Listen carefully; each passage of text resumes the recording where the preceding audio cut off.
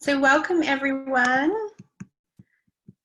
My name is Loretta and I am the founder of Nourished Energy. So I create love and magic. That's my job, basically. What that means is formally I'm a Reiki master and teacher. So I train others to also become Reiki healers and practitioners for self-healing, but also for healing others. And I'm going to begin by saying that Reiki for me was one of the best things I ever did in terms of helping really connect with my own energy, building up my self-awareness and my awareness of my energy, but also helping me to protect myself as well. So I'm just, if any of you have trained Reiki, even just at level 1, or done any sort of energy healing, it is a beautiful way for you to really get in touch with your energetic body. And really that's what we're talking about today, right? We're talking about protecting energy. I also am a crystal healer and teach about crystals as well. And crystals are also another incredible tool you can use for protecting your energy. So I'm going to touch on more tools and other sorts of things that we can do a little later on. But I did just want to recap what I was just saying earlier. This session is being recorded, so I will pass on the recording to you guys afterwards. And if I happen to talk about any particular links or anything like that, I will make sure I include them, take note and include them in the email too. Please feel free to share with me today, or if you've got specific questions or you want to ask about specific scenarios and things like that. I am also a life coach and wellness coach, formally trained, certified. So I have been doing it for many years. I began coaching in corporate. So I used to coach executives and leadership teams. And then for the past 3.5 years, I have been working with women predominantly. And helping them to transform their life. And one of the things that comes up a lot is this idea and this need to really protect our energy, but also to I guess, really it's about that self-awareness, and that is the first thing that is really super, super important when it comes to working with our own energetic body and energy system. So I'm going to start. I'm going to make this up.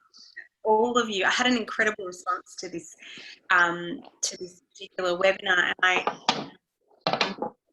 I'm just going to, sorry if I mute you, just so we don't get that noise. Again, please feel free to unmute if you have a question or use the chat function. Absolutely fine. So I'm going to make the assumption that you guys are feeling, especially at the moment, perhaps that your energy feels like there's almost some holes in there, and you're wanting to learn some tips and tools on how to protect your energy from negativity, essentially.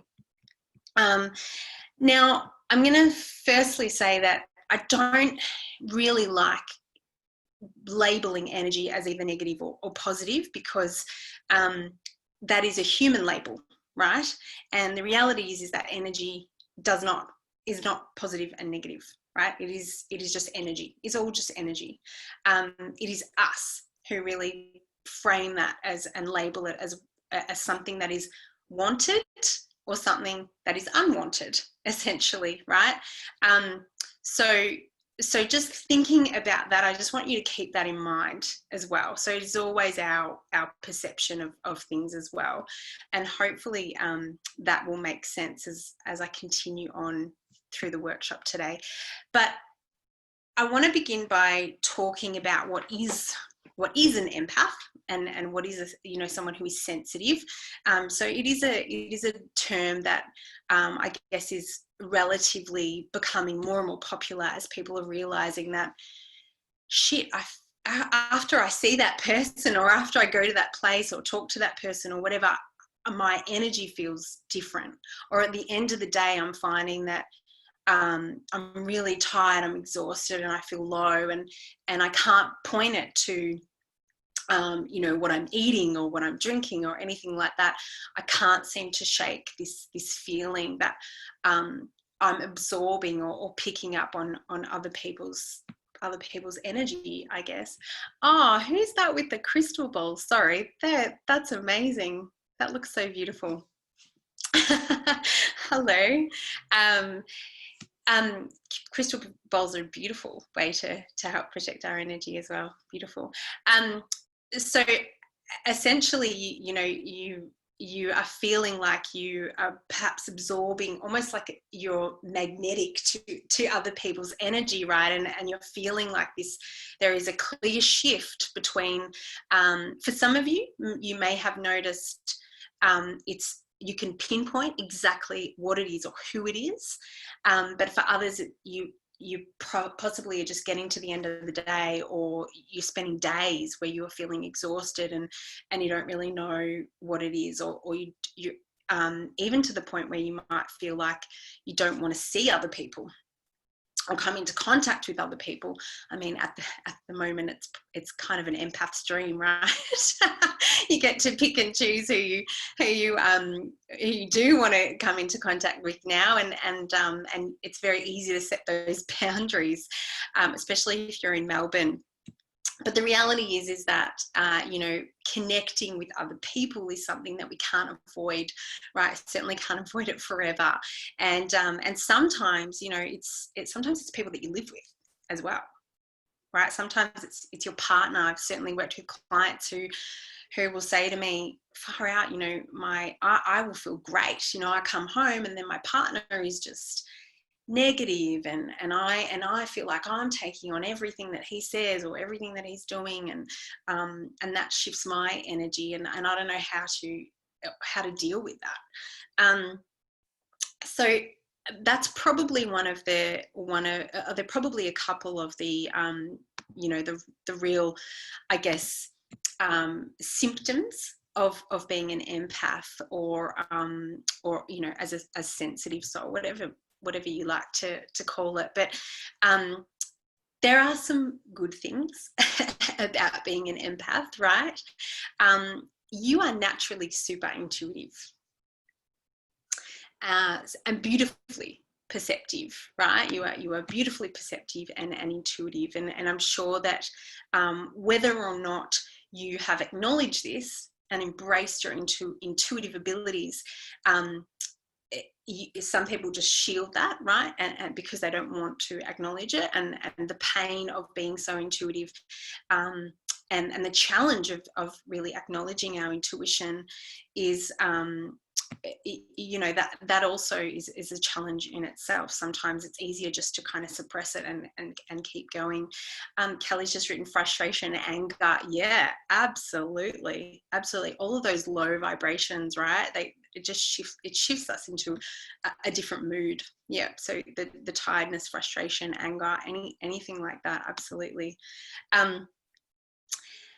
So the intuition is something that is actually really beautiful, and I promise you that actually being perceptive of other people's energy is actually something that is quite special. People are naturally going to be drawn to you. That they do, because, well, certain people who are quite, let's say, you know, I don't like the word narcissistic or anything like that, but, you know, the other term that we can call it is an energetic vampire, right? So naturally people who are quite self-centered, or, you know, in that sort of way, they tend to be drawn absolutely to people who are quite sensitive, because they almost will, they see it as an opportunity, right, to really grab hold of your energy and suck it right out of you.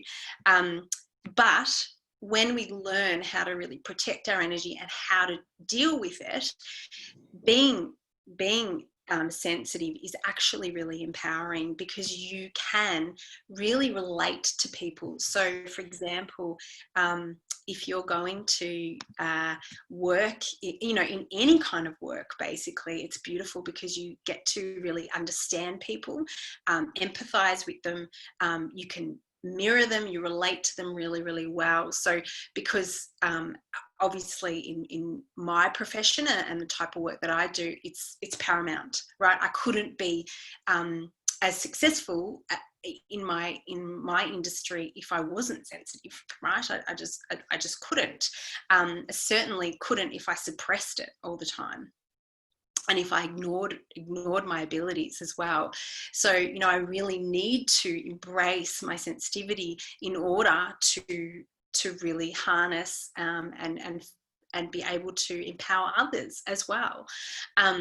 But in any profession, in anything, right? Anyway, anytime you are dealing with people in general, it's a beautiful gift that, you know, once you really start to harness the powers of it, it can really help you. Some other things about being an empath that you might have noticed as well is that you tend to have attention to detail. So you really are observing, you know, you can pick up things about other people or situations that perhaps others miss. So does anyone feel that way? Just give me a thumbs up, or you can nod your head. Yeah, a few of you are like, yeah, that's me. Yeah, so you tend to walk away from a situation or go, that person didn't feel right, or you know, they didn't look like their usual self, or you know, maybe they didn't agree with what you were saying, or they're lying, or, you know, little things like that. You'll pick up on it, right? And other people will just, someone said like 100,000%, yeah, yes, what people say versus behavior. Absolutely, it's understanding that and picking up on the inauthenticity, right? And when someone's not being genuine, we really can call people out on their BS, let's be honest. And again, that's such a great thing, like awesome. You know, it's amazing. And the cool thing is that because we can read people so well, we know from not even from seeing them, like we could be online like we are now, or just even over the telephone, right? When we are able to really pick up on other people's energy, thinking about what energy does, it transcends time and space, right? So this is not about even coming into contact with another person in a good way. That's good for us. I know it can also be crap, because, you know, you can just receive a text message and feel low from someone because of that reason, right? And to continue on, basically when you are it also offers us the opportunity, being sensitive and empathic, it also offers us the opportunity to really create a tribe, a community around us who are really positive and who we are drawn to and who we know we really connect with, and I guess creating true authentic relationships. We really have that opportunity to kind of weed the people out of our life when we are feeling the courage and empowered to do so, which is something that I'm going to talk about a little bit as well. So there's some real positives to being sensitive and to being empathic. Absolutely. I don't want you guys to just feel like I want to suppress this, I want to get rid of this gift, I don't want it, because the more, I don't want you to feel that way. I want you to learn how to harness it and how to create it, and basically so that it's working for you and not the other way around. So you are really taking control of your energy. What I always find interesting is understanding how people become empaths. So there's so many studies done on this, and I find it really fascinating. Like, why me? Right? Why is it me who is like this, and why not that person? And sometimes it's draining as well, because you also feel like things are on you. I've certainly, you know, I've had discussions with some of my students, like, can we unknow or unsee what we see, or unlearn what we've learnt, so that we can just go back to, you know, having our eyes shut, or suppressing and not feeling what we feel. And the reality is, no, we can't, right? I mean, you always have a choice to. You can absolutely choose to suppress how you're feeling or what you know. But what we do know is beautiful, and it's so powerful, and it's really about, as I said, taking control of that rather than trying to get into the fear of it, and harnessing its power in a loving way. Absolutely. So let's talk about, how does someone become an empath? So there are really 4 different reasons. So the first one is just a natural temperament. So some people are just lucky enough to be born as an empath, or have that sort of temperament. Tend to be babies who are sensitive from the get-go, right? So these ones are, they can be sensitive or responsive to light, to smells, to touch, to movement, temperature and sound. Those sorts of things are immediately going to show signs of, so any of you who have babies or no babies in your life who might be a little bit sensitive, or maybe you've had kids and you're thinking back at how they were, or even how you were as a baby, and people have said to you, oh, when you were a child, my God, you're always crying, or this or that, you always want to be in your mum's arms, and things like that, because we're already showing temperament as being sensitive. The other one is genetics. So naturally, some people will be have these same traits as one or both of their parents. So genetics plays a part sometimes. The other one, which is very important, I think, is trauma. So basically, trauma, right, it doesn't have to be something as full on as growing up during a war or something like that, like bombs going off all the time. Trauma doesn't have to be that extreme for us to feel like it's a traumatic experience, or to label it for us as a traumatic experience. It is as simple as something like, I was riding my bike when I was 5 and I fell over and no one was around to help me and I was scared. That is a trauma. That could be a traumatic experience. Trauma is very individual and unique to the actual person experiencing it. Now think about a child who's sensitive. Trauma could be they could have had many traumatic experiences because they are sensitive to it already.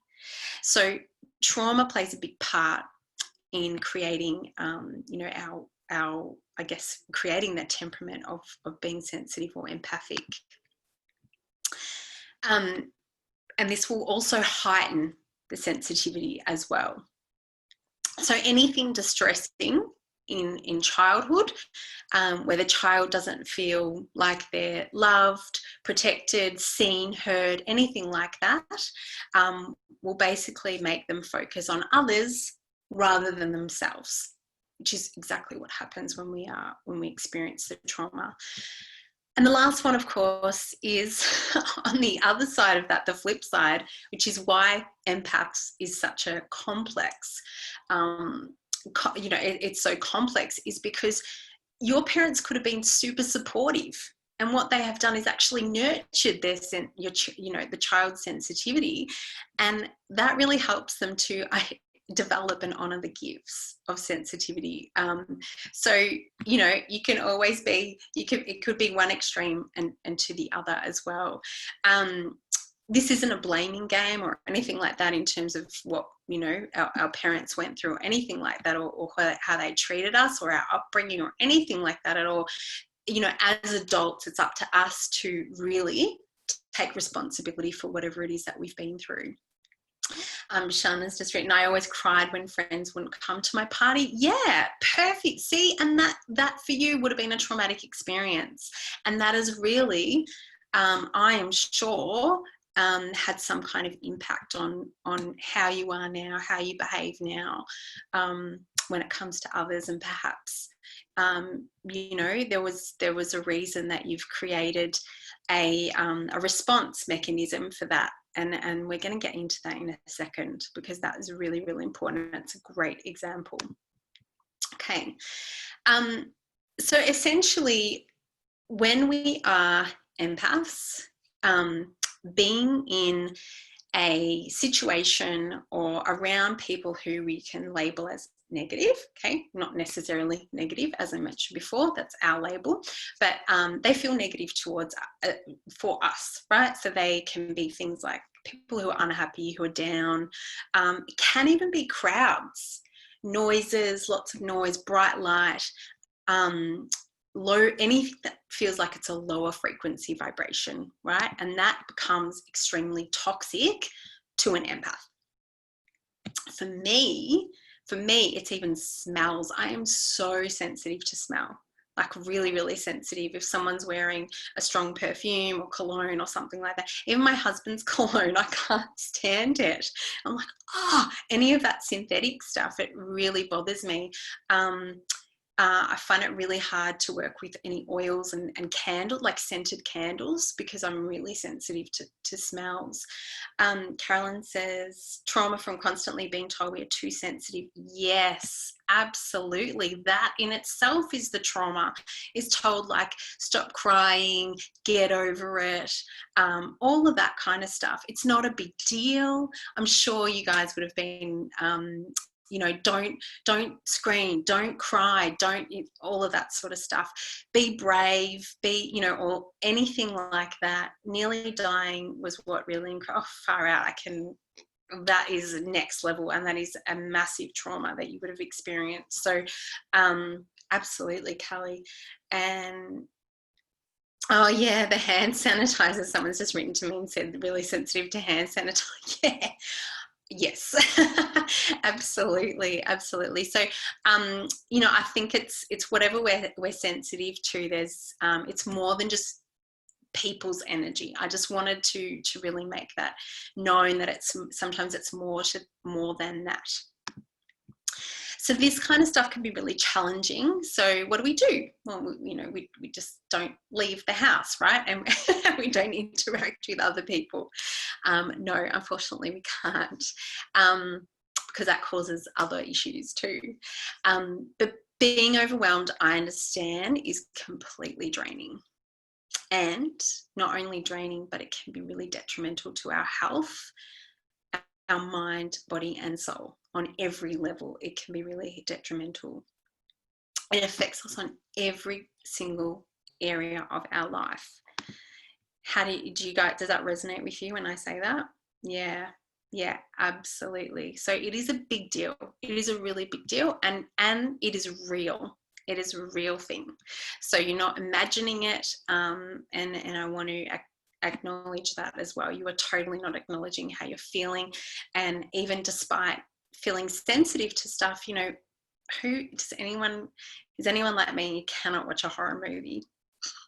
No way. I can't even watch the news, right?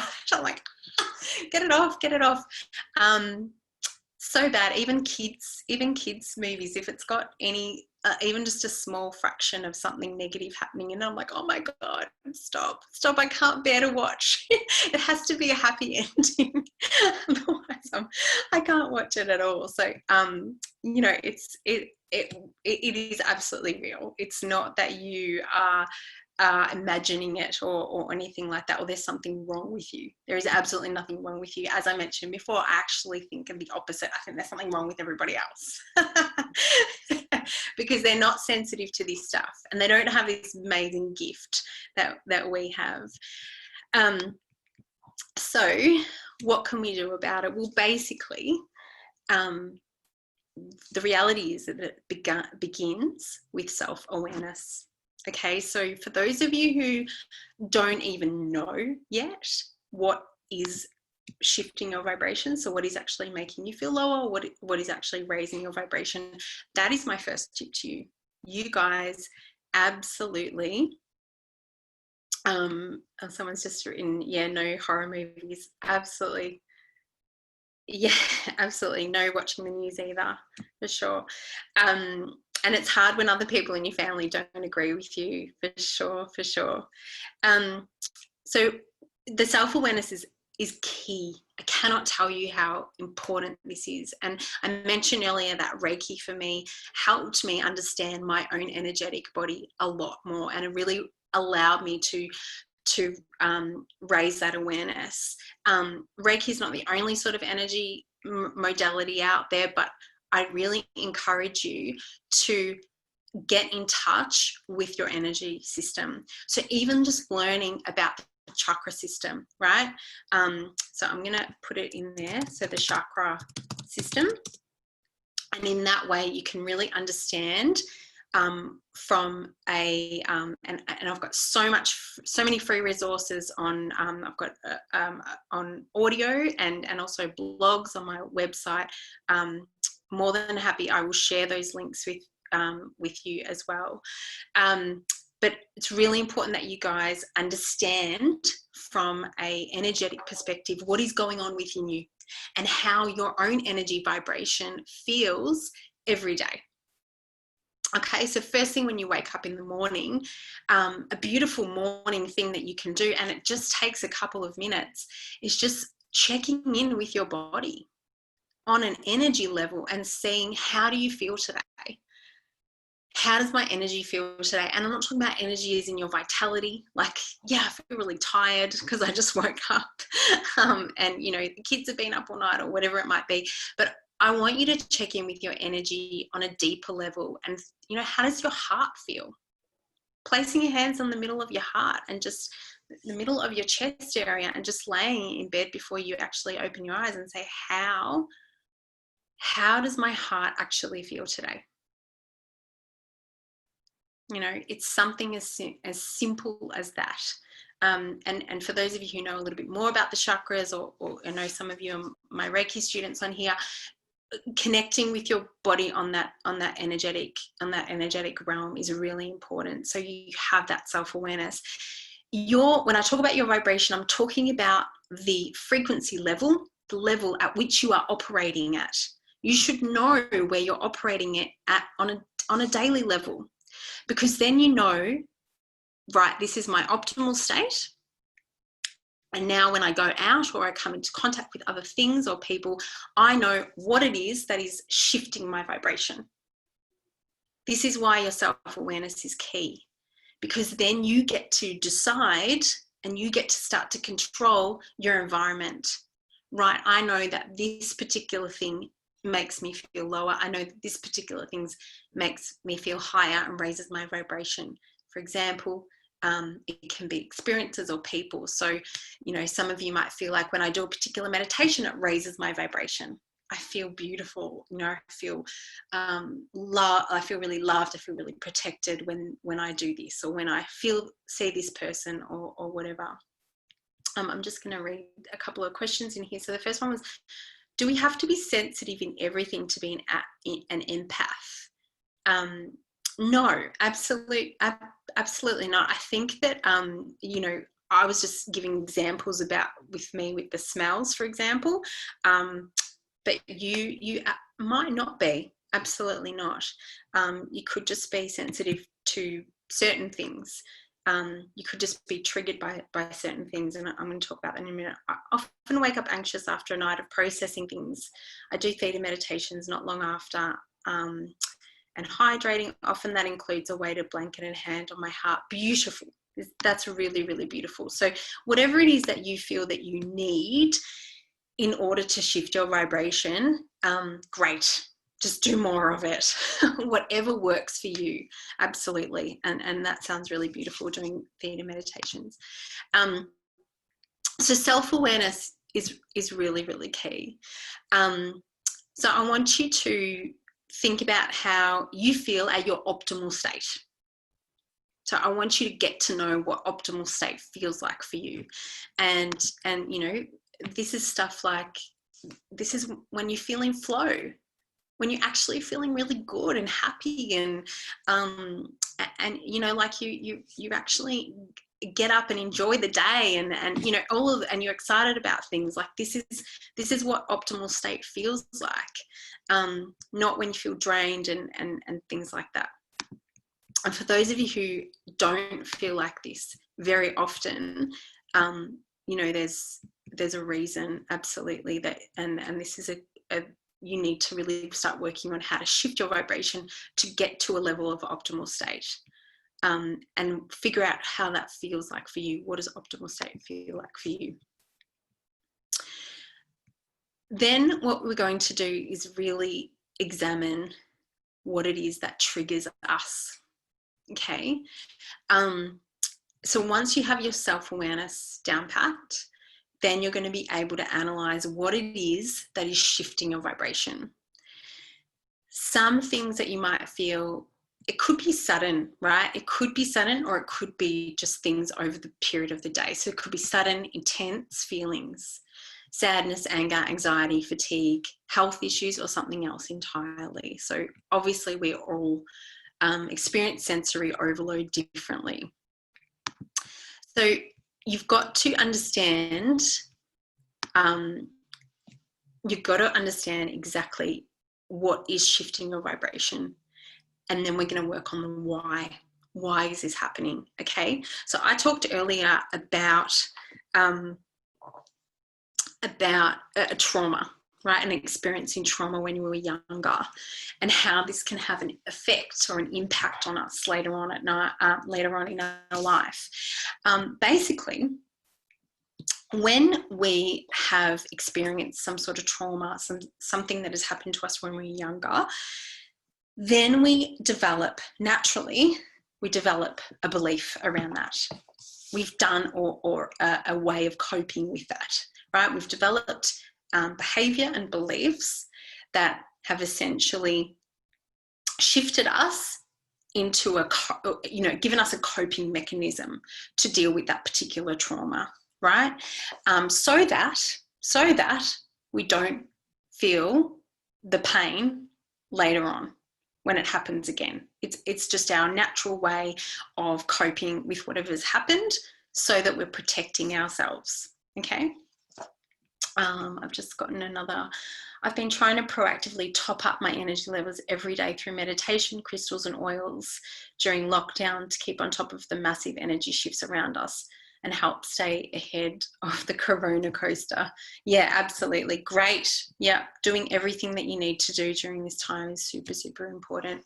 Thank you for sharing some of those tips as well.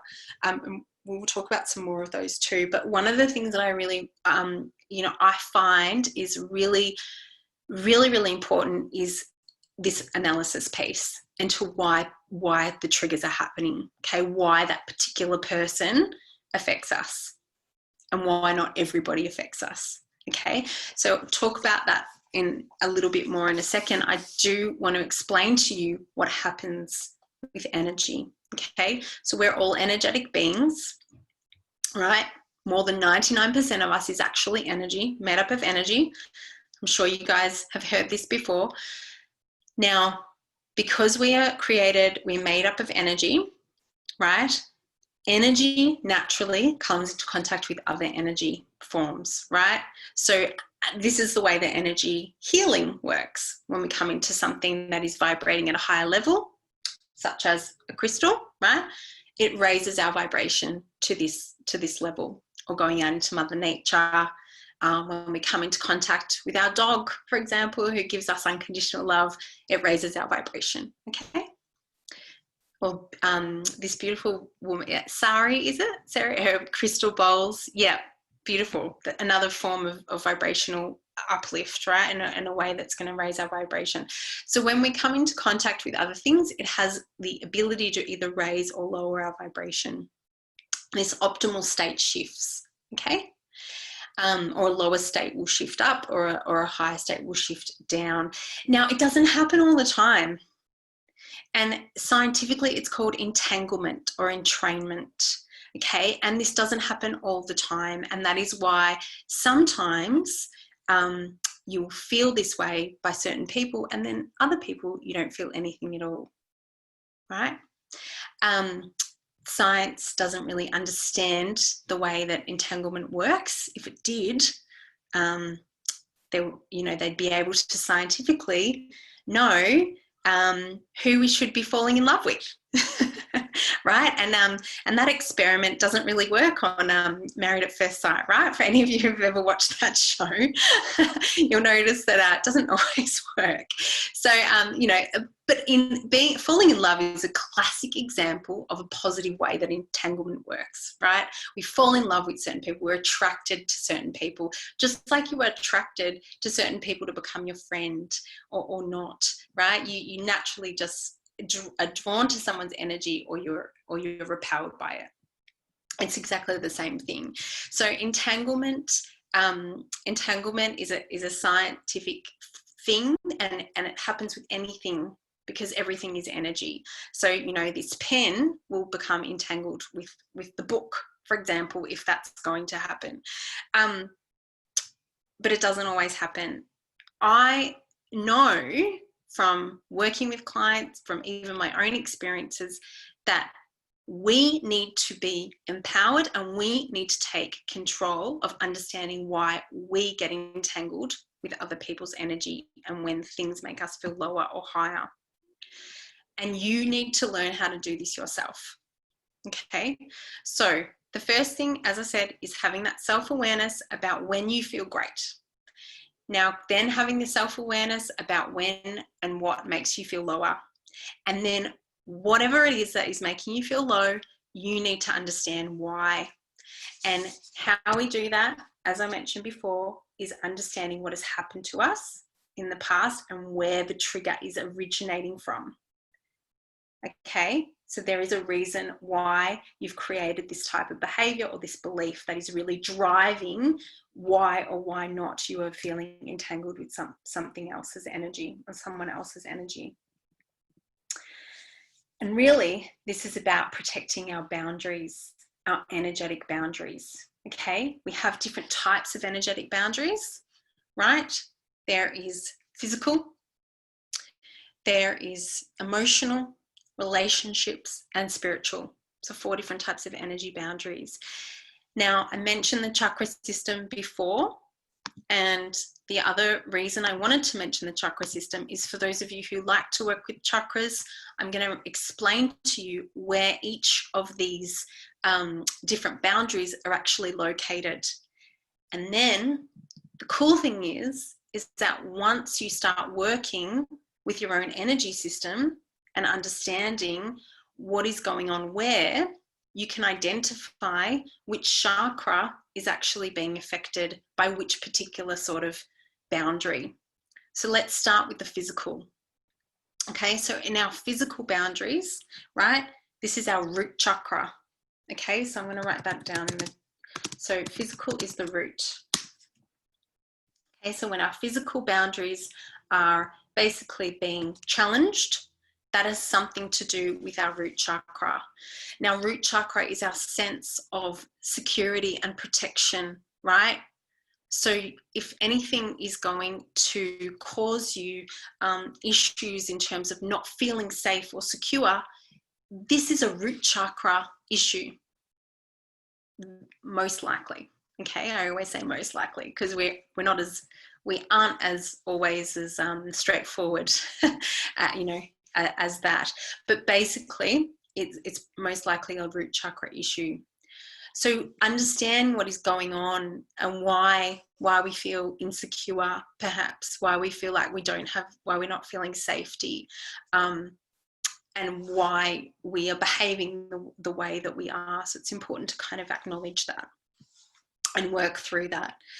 The next one is emotional. So our emotional boundaries. And I feel like this is probably the most common when it comes to feeling empathic, right? It's usually, you guys mentioned before about the frustration, the anger, that sort of, there are emotions, right? They're some of our symptoms, but also we emotionally feel like our boundaries are being stepped on. And this is our sacral area and our solar plexus.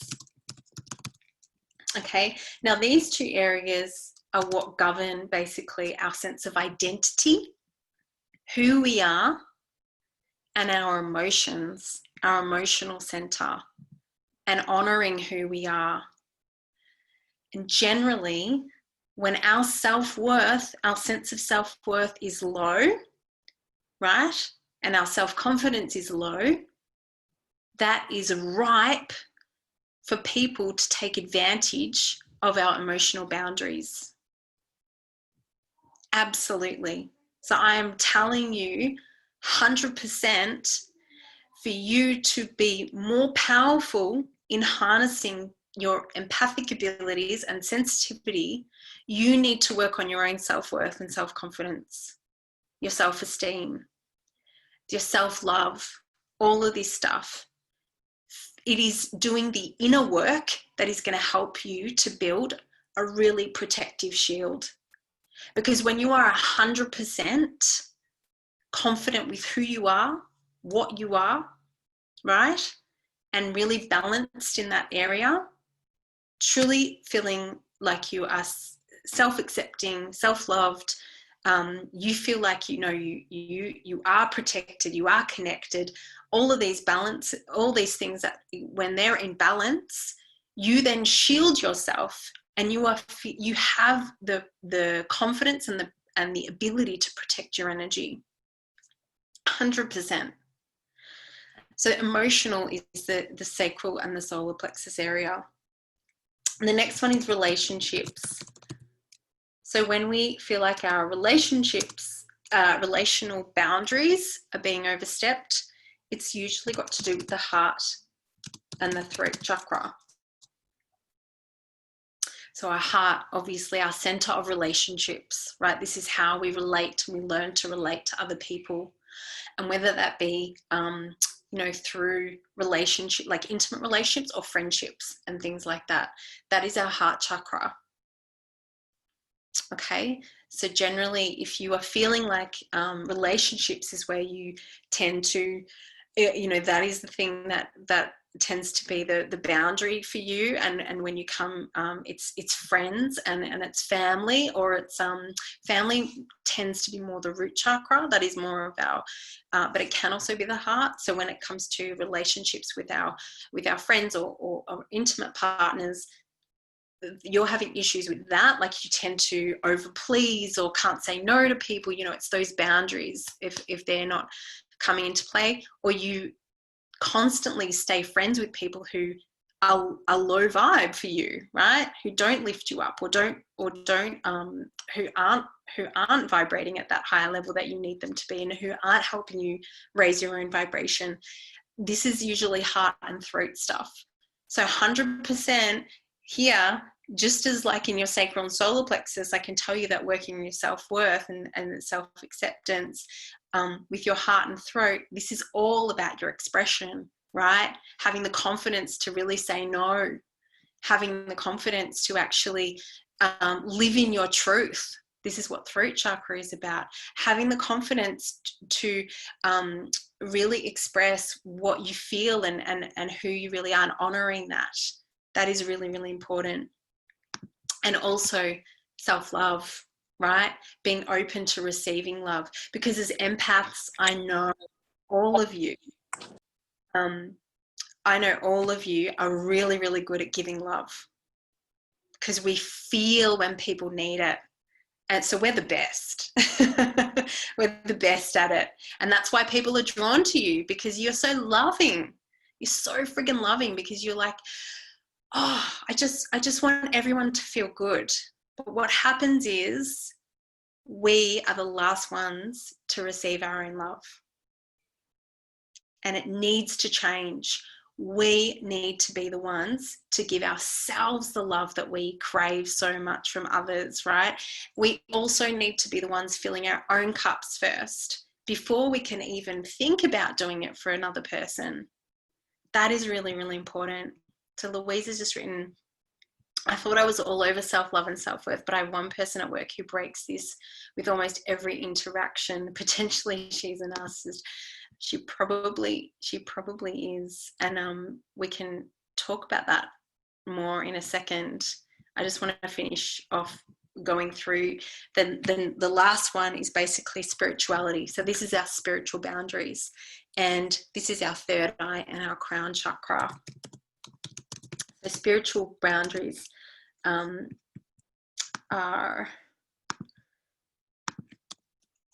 so third eye, and our crown. Okay. So I thought, let's talk about this, Louise. So I thought I was all over self-love and self-worth, but I have one person at work who breaks this with almost every interaction. Help. Do you feel comfortable jumping on and unmuting so I can talk to you more about this? Sure. Yay, awesome. Sorry, I don't have my video on because it ends up a bit crackly and whatever, so it's just better. It's okay, no problem at all. I'm an empath. I can sense your energy without your video. Kidding. Okay, let me know what's going on here. So you've got someone at work. I mean, you just keep it, obviously keep it anonymous as you like, but so you've got this person at work who breaks this. What do you mean that but they break you? Can you give me a really specific example last time something happened that made you feel like crap? Probably because she's a victim mentality, and I don't like victims. And at the moment, it's a really tough, I mean, it's tough. A work environment's very tough anyway, because, you know, it's not as easy to, you know, dismiss people in a work environment. But it is very much the victim mentality, and it's just zapping all of my energy. And on Friday, I just really, look, I know what's going on. I know exactly what's going on, but I don't want to railroad you, everyone else in the Zoom meeting. But last Friday, she was, you know, Miss Negative and, you know, calling out things and whatnot. And I said, I can't have this conversation now. I'm tired. And then she barraged me with, you know, all the reasons why she's tired. And I said I was tired because of, you know, living in Victoria, COVID, everything we dealt with last week. So I explain it. I don't just say, hey, I'm tired. Because last week was a big week for us Victorians, in my opinion. I mean, it's been a big 5 months, but last week was huge. You know, everything we I felt like it, by Friday, I felt like everything had been taken away from me. That sounds very melodramatic, but in a way, it's a little bit true. Okay. All right. So Louise, I'm going to just point out a couple of things there, right? So this is just an example, and I'm just going to say what I've heard from this very small snippet and what basically I'm picking up on here. And this is a great example, and I wanted you to share this, you're not absolutely not railroading the Zoom meeting. I think this is a beautiful example of how we can feel triggered by certain people and why. Okay, so you've basically, the first thing you've said to me is she's got a victim mentality and I don't like victims.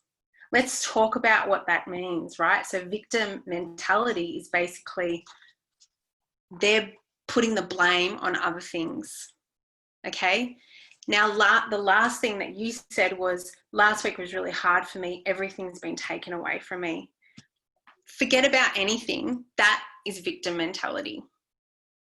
Okay, now please don't think that I'm having a go at you at all, because I feel the same and I know everyone feels the same.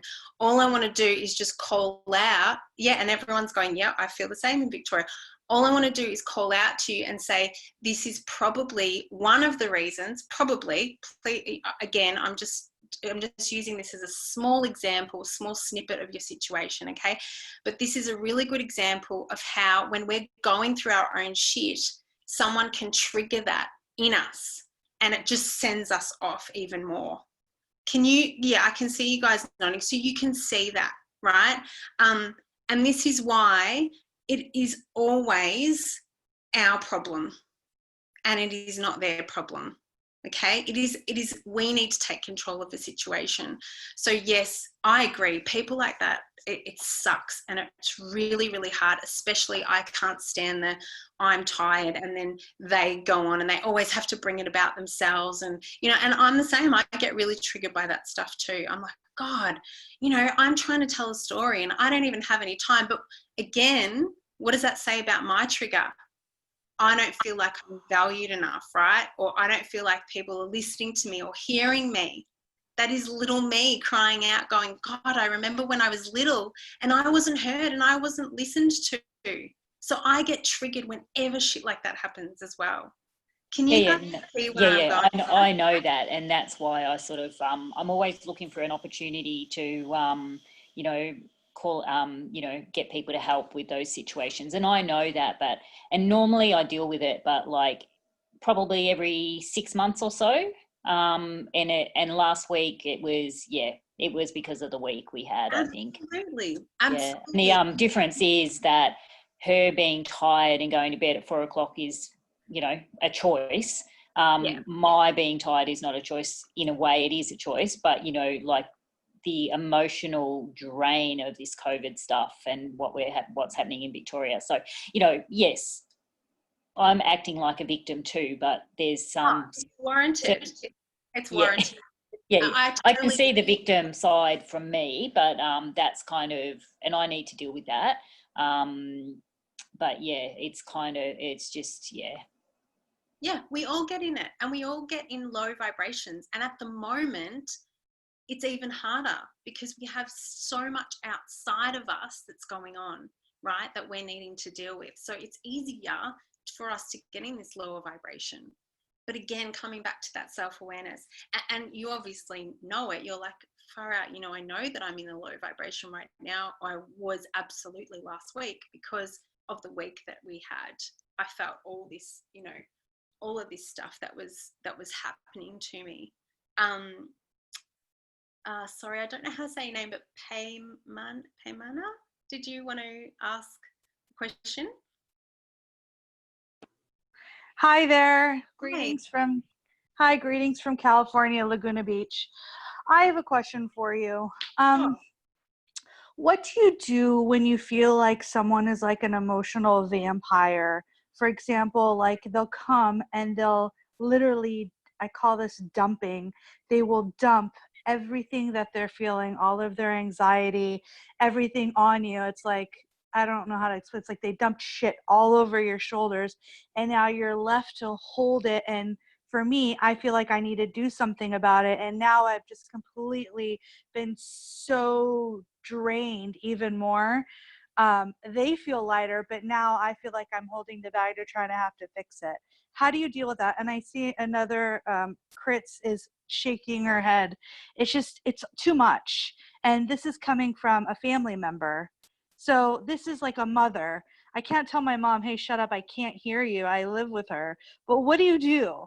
I mean, my friends love me. I'm the therapist. I listen to them.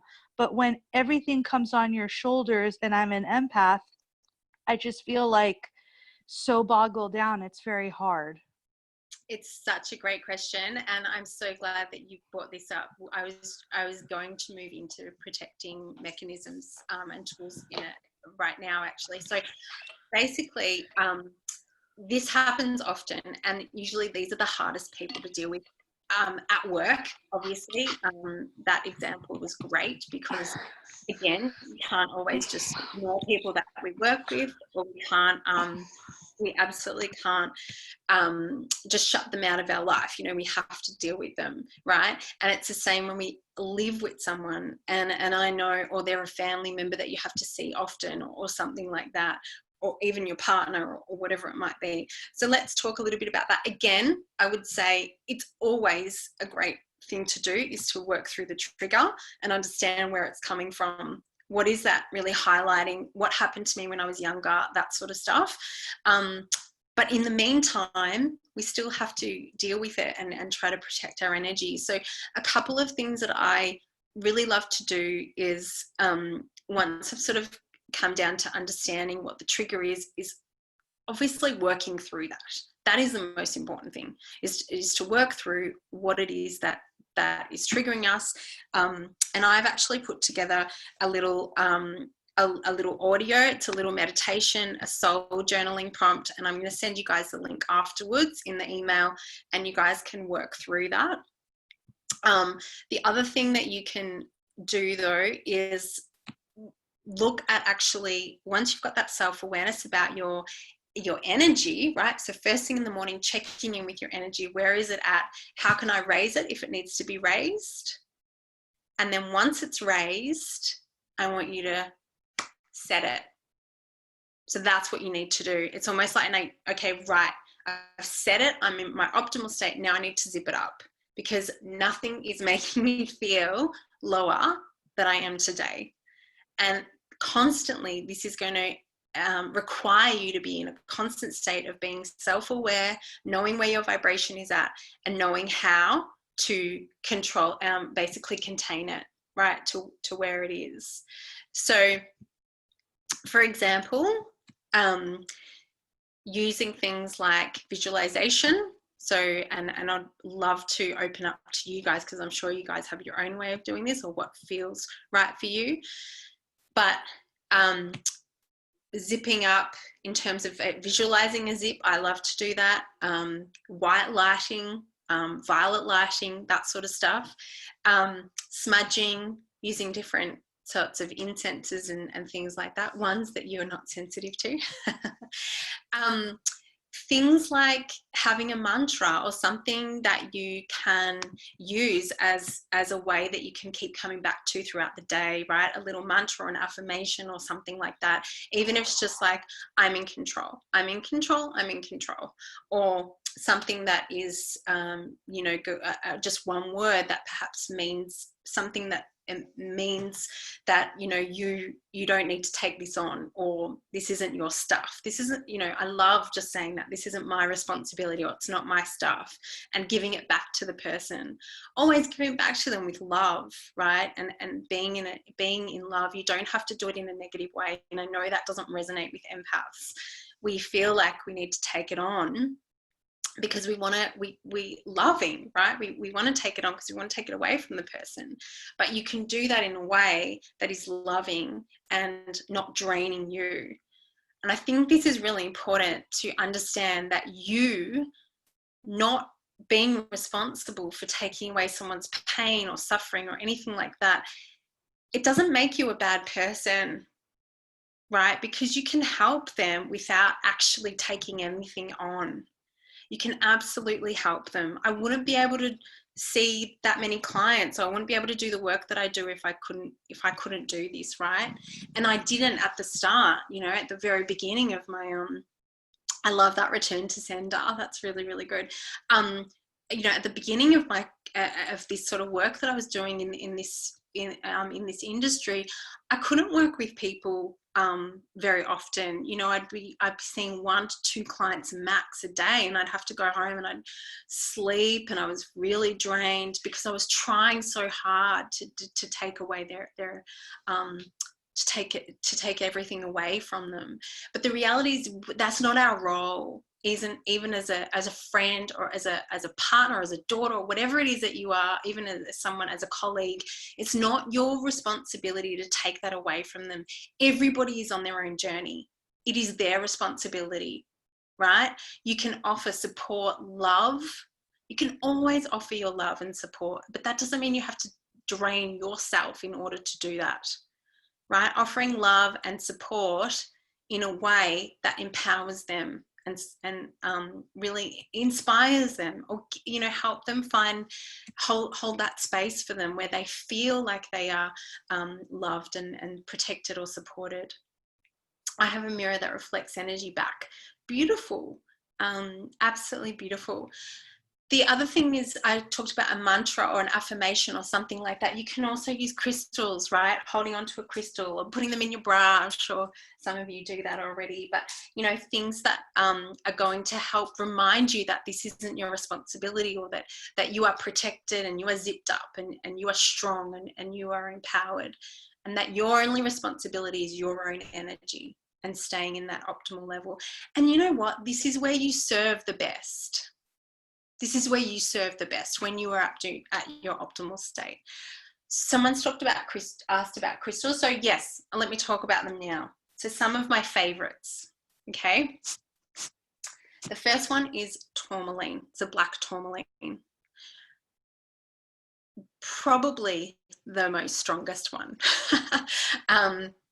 Honestly, unless you are unless you are really sensitive to tourmaline, don't use it, because it can be quite strong. You don't need to wear it all day, because it can be too strong for some people to wear all day, but you can just sweep your auric field with it in the morning, like I'm doing right now, right, as a protective field. Okay. And you can just even think about your tourmaline throughout the day and channel its energy if you need that protective energy throughout the day. So tourmaline is amazing. Smoky quartz. Okay, smoky quartz is another beautiful one, a lot more gentle, so easy to wear all day. It's a really easy one to wear all day. Pyrite is another one. Pyrite is also really protective. Love it. Malachite, which is this green one here. Oh, malachite. That one didn't want to be picked up, did he? Amethyst, very common one. So easy to find. Amethyst is a beautiful one. Okay. And another one for you is black kyanite. Similar to tourmaline, but again, not as strong, and a great one just to sweep the energetic field. And you can do that with any of your crystals. So you can wear them, have a pendant, a ring, and anything that you like. Or you could just, as I said, you can just, oh yes, I will. I'll write them down here for you. So the first one is black tourmaline, smoky quartz, malachite, pyrite, and what did we have? Amethyst and kyanite. In particular, I like black kyanite. But these are my favorites for protecting my energy. Shungite, oh my God, amazing. Yes, love shungite. It's really, really protective as well. And if you've got other ones, please feel free to add them on to you in the chat. Let's, share our tools as well and things that work for us as well. But these are some really good ones. Oh, is that a Shiva Lingam? That's so beautiful. Really beautiful. Where do you find them? Really, any crystal store, online, crystal or metaphysical store. Yeah, I'm sure there's lots that you'll be able to find online. And it doesn't have to be a big crystal. I know sometimes we feel like someone, maybe you feel like, oh my God, their energy just really drains the shit out of me, so I'm going to grab a crystal like this big to protect myself. You don't, the bigger the crystal, it's not necessarily the bigger the protection. All that I would say to you is you need to resonate with that crystal. That's the most important thing.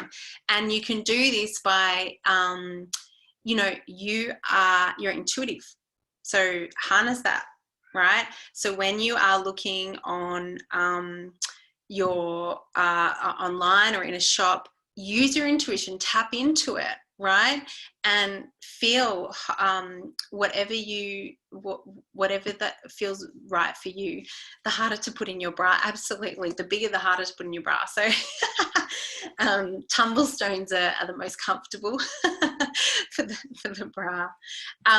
So I hope that answers your question in terms of trying to protect yourself, but absolutely saging, things like that. The other thing that I want to say to you is water is an incredible cleanser. So if you've had a particularly rough day with your mum or someone that you work with or someone, that you live with or whatever, going to have a shower, it's amazing. Just allowing that energy to run through, and that might be something that you get like a routine you might want to get into before you go to bed at night, because you can just let that energy run off you and actually visualize it in the in the shower, that you are letting it run down the drain, all that negative energy, all that unwanted energy that you are feeling that is lowering your vibration. Just let it run down the drain. That will really, really help. Does that It does. I have a quick question. I actually am a medical student. So after I would come back for clinic, I would be drained even more so because I'm very empathetic. So I would take a shower, and that actually is a good thing. It would help really bring me center me. In my culture, we do something, it's kind of like with sage, but it's something else in Middle Eastern culture. It's for the same idea where you like cast away the evil eye and you basically cleanse or sage. Do you also believe in doing that too? Would that also help? I mean, I'm all for crystals. I'll buy all of them if I can. I mean, that's not a problem at this point. But I'm desperate. Could saging also help work too? Yeah, absolutely. Any kind of incense or any sort of anything that you want to smoke, basically, used to sacredly smoke. Mist sprays are another one. Excellent. Yeah. You could use anything like that. So some, just to let you know, are things like sage, as you mentioned before, Palo Santo, sandalwood, and frankincense. Honestly, like, I can't stand the smell of frankincense, of course, but frankincense is like the bomb. It's probably the best one in terms of protective and really getting rid of that negativity. I will generally, like in my clinic space, I would generally do a good frankincense. I would generally do a good cleanse with frankincense, and I just buy like the resin rocks, and you can put it on a charcoal disc and light it up and just leave it there to infuse, and I just let that kind of go. And I'll just let it go and try not to smell it. And then usually put it just outside on the windowsill so it comes in, but it's not so strong. But frankincense is amazing.